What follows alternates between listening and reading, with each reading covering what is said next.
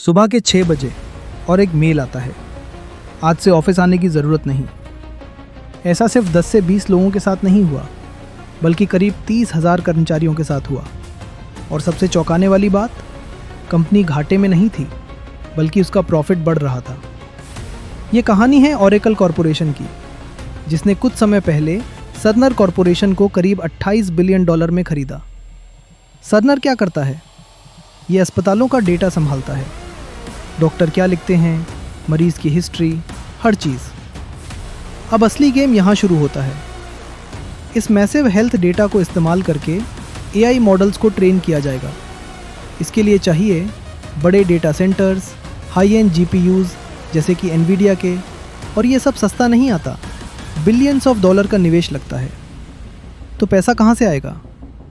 Company ने अपनी assets नहीं बेची, बल्कि कॉस्ट कट किया। और सबसे बड़ा कॉस्ट क्या होता है? Human salaries.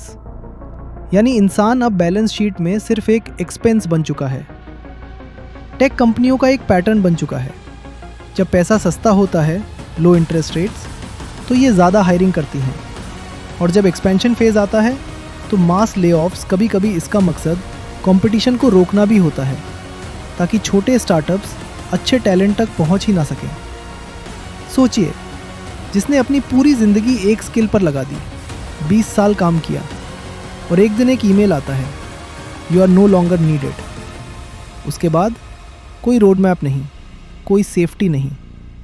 अब हमसे कहा जा रहा है, AI सीखो, नई स्किल सीखो। लेकिन सवाल ये है, क्या AI सच में हमारी ज़िंदगी आसान बनाएगा, या हम सिर्फ डेटा माइनर्स बनकर रह जाएंगे? और असली फ़ायदा एलीट कंपनीज और टॉप 1% को मिलेगा। पहले लोग सोना निकालते थे और ताज राजा पहनता था। आज आप डेटा निकाल रहे हैं और AI का ताज कोई और पहन रहा है। सोचिए, आप इस सिस्टम में कहाँ खड़े हैं?